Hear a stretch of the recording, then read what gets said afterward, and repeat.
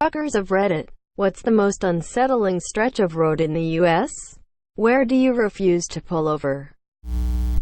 Gary, Indiana. If it's not burned down, it's because the meth operation hasn't exploded yet. I live in Chicago and was driving back from my sister's in Indiana one night. Had to piss really bad. Pulled off the highway in Gary because, well, that's how bad I had to go and couldn't wait 30 minutes to get home. Almost immediately pulled over by an unmarked cop. He asked what I was doing here and I told him I had to piss really bad. He followed me to the gas station, waited, then followed me back to the highway. I guess he figured I was coming for drugs or had no idea what I was getting into. Either way, I'll never go there again. Crawfordsville, in off I-74. Was driving to a tournament with my team in college, rugby, and a bunch of us were from inner city Chicago, so we had our heads about us. We needed dinner, so stopped there to grab food. I don't think there was one normal thing on the whole town. People literally stared at our cars. The girl in the drive-thru, we were already too creeped out to stop to eat, had her hair in braids that stood up and looked like worms. The whole experience was just really strange. It felt like the beginning of a Stephen King novel. And both cars felt the same way without talking to each other. If you're from there, I hope your town isn't as creepy as it seemed. I live down 231 from Crawfordsville. I totally agree.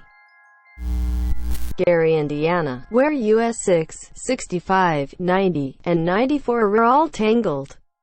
Live in Chicago and am not a trucker. That area is not safe. Also, if you are at the northern part of I-65 and have vehicle troubles, please pull over as far as you can, even if it means you are in the grass.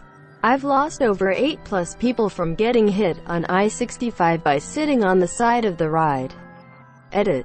For those whom haven't driven on I-65, the speed limit is 70 mph, and for that road I call it suggestive. It's also the fastest route from northern Indiana to southern Indiana. Most transportation hubs in the Chicagoland area use this stretch, gets out there vice versa. As someone who takes this road during driving trips, never pull off of the interstate here. All of Wyoming. When you see those billboard-sized signs telling you to gas up, do it. I was driving to Idaho Falls once and was heading west on 90 before cutting south at Butte.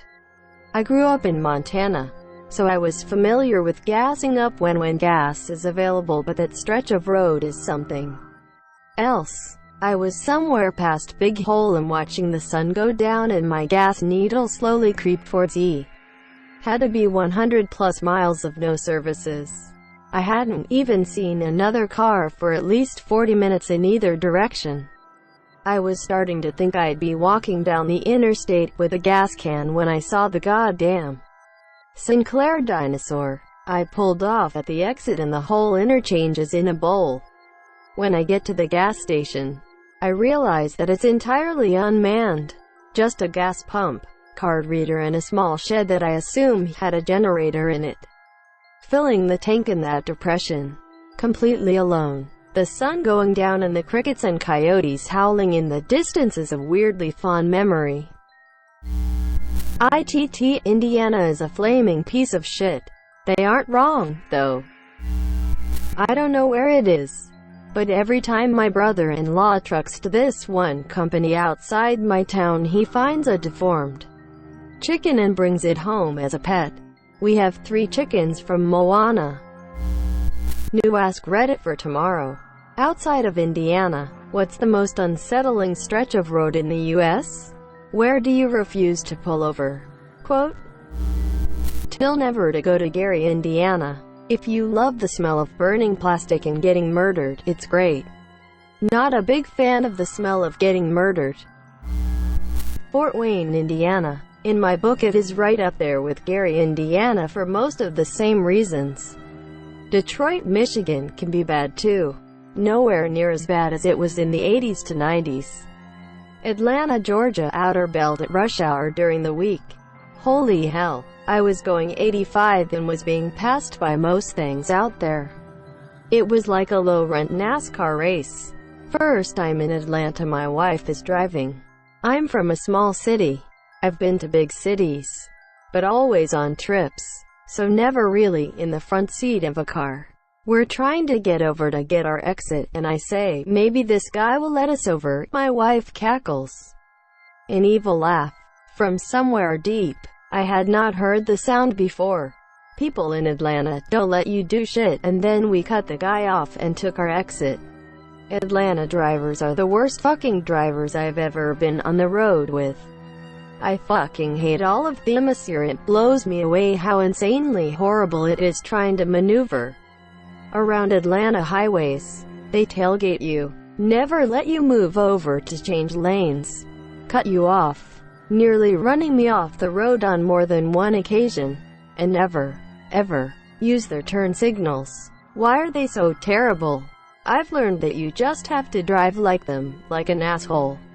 And to top it all off, the entire city is essentially a bunch of suburbs smashed together, so there is no option for public transit, biking or walking unless you're in the downtown, midtown area.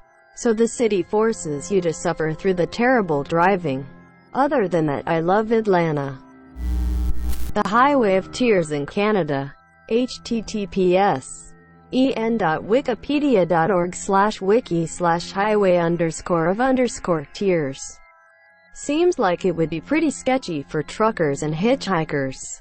Greater than asterisk. The Highway of Tears is a 720-kilometer, 450 miles, corridor of Highway 16 between Prince George and Prince Rupert, British Columbia, Canada, which has been the location of many murders and disappearances beginning in 1970.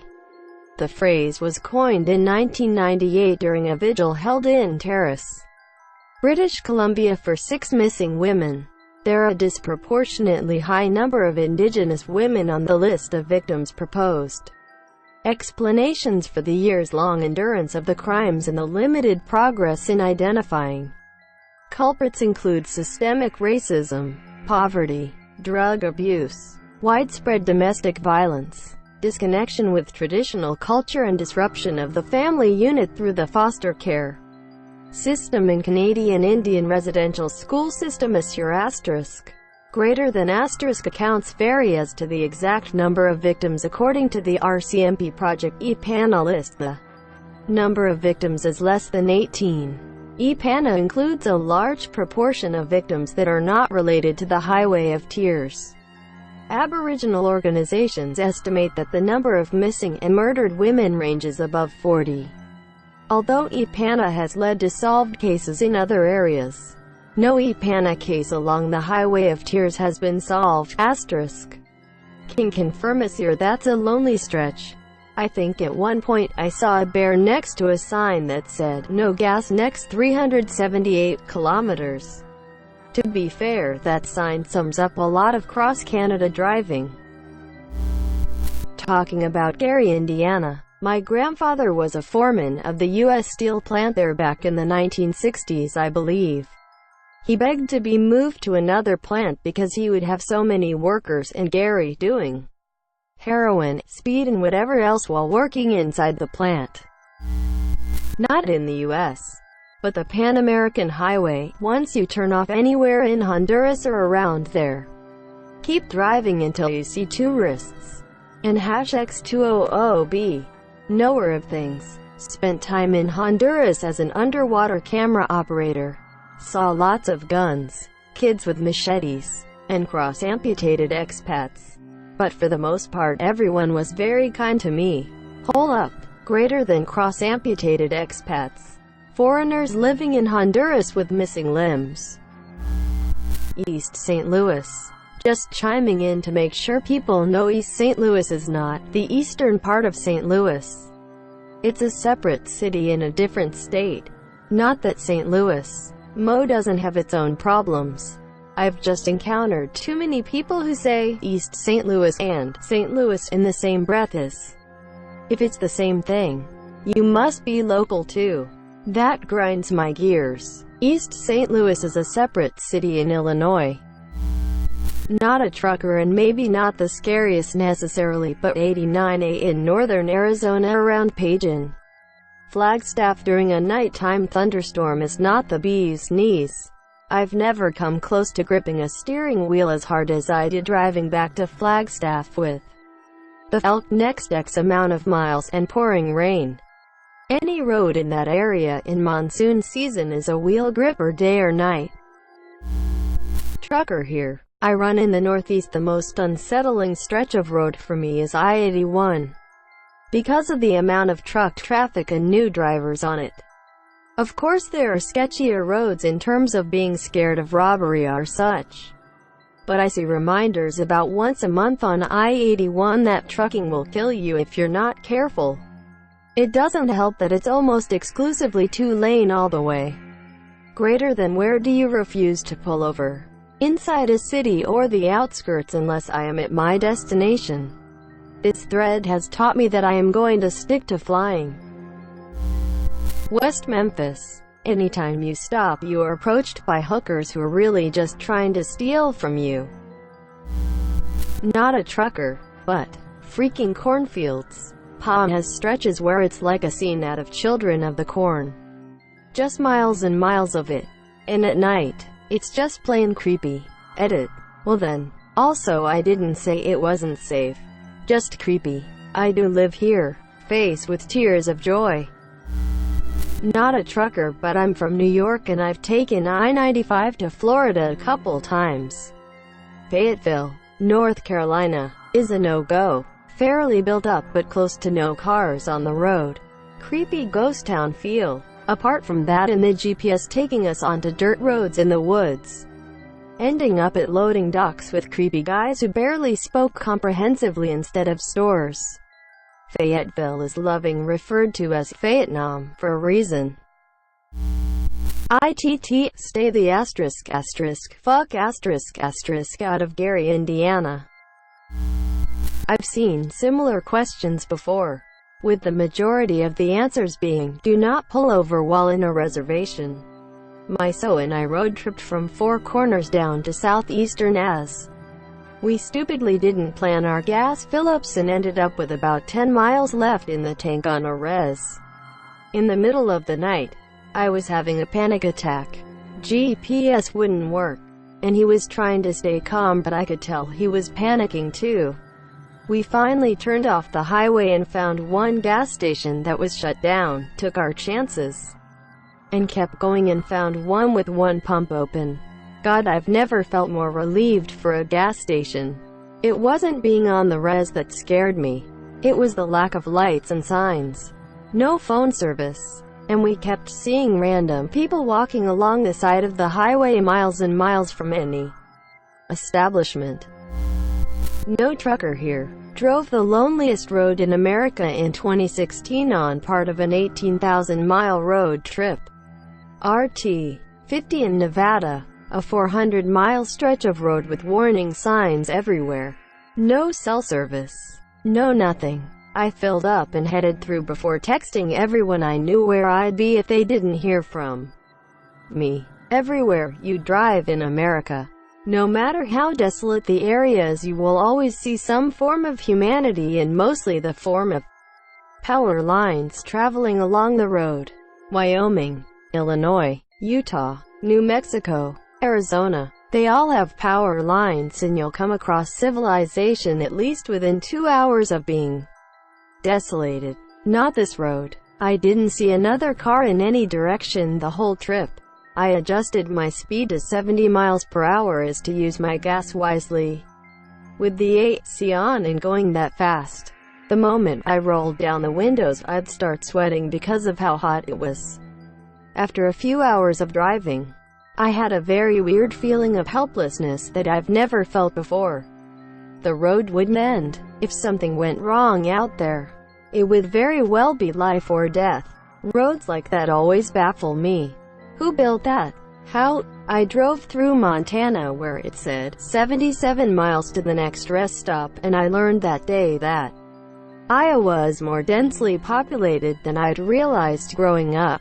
The terror of getting into a car accident and not being near anywhere with a hospital was a new level of fear I'd never experienced.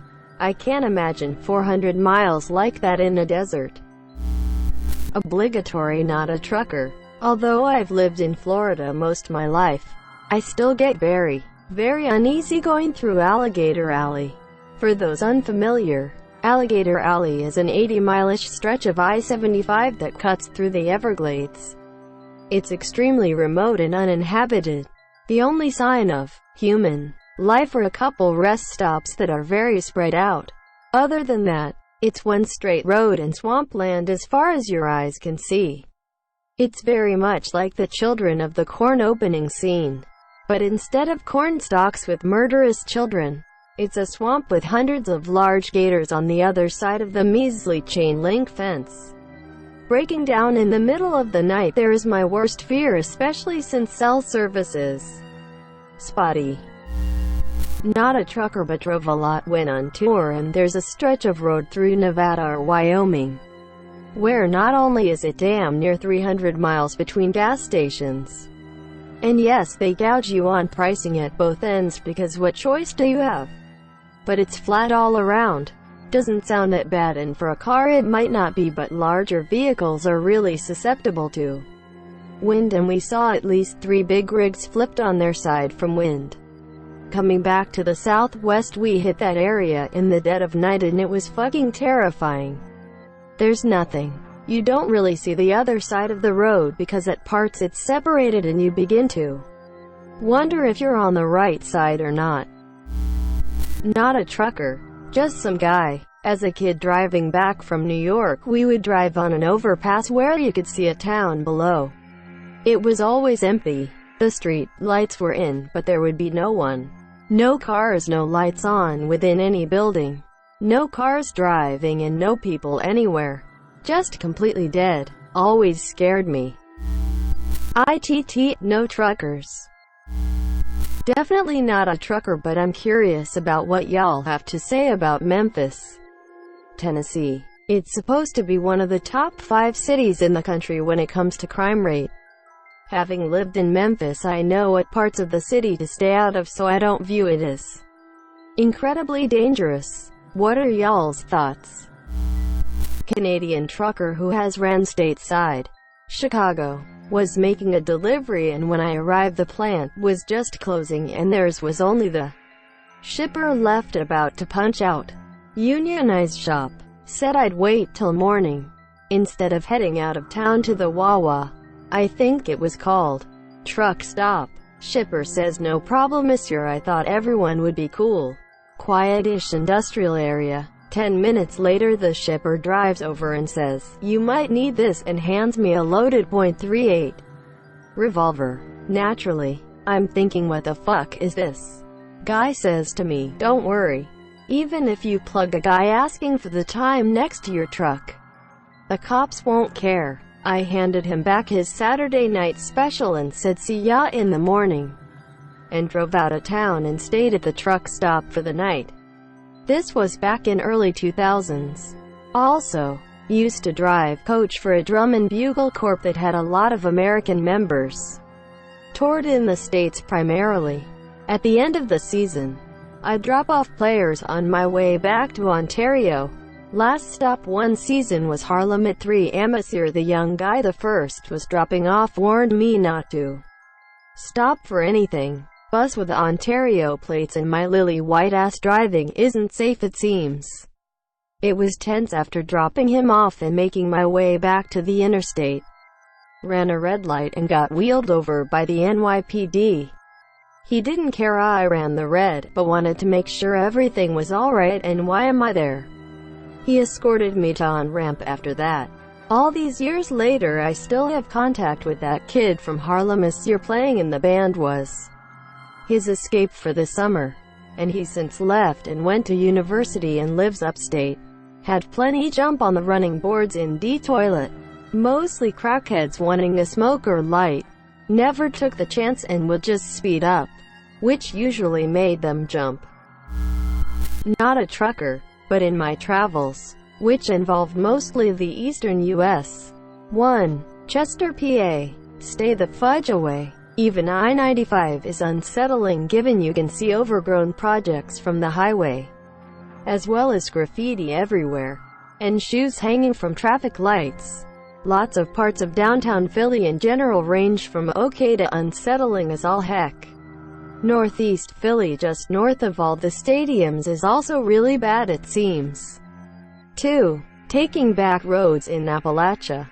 Once my family took a shortcut off of I-77 in Southern Virginia. That was some creepy crap. The road eventually wasn't paved. Then we backtracked to the highway and sucked it up with the traffic. Similar experience in Tennessee near Pigeon Forge, Gatlinburg. Roads didn't have any lights. Had no guardrails while being on *******ing mountains. Meaning one wrong move and you plunged to your death. And you were miles from any form of civilization. I spent a lot of my childhood in the mountains of Appalachia. So fucking scary. One time my grandfather put 2 wheels off a cliff and everyone in the car was laughing. Except me. I was developing a permanent fear of cliffs and grandparents.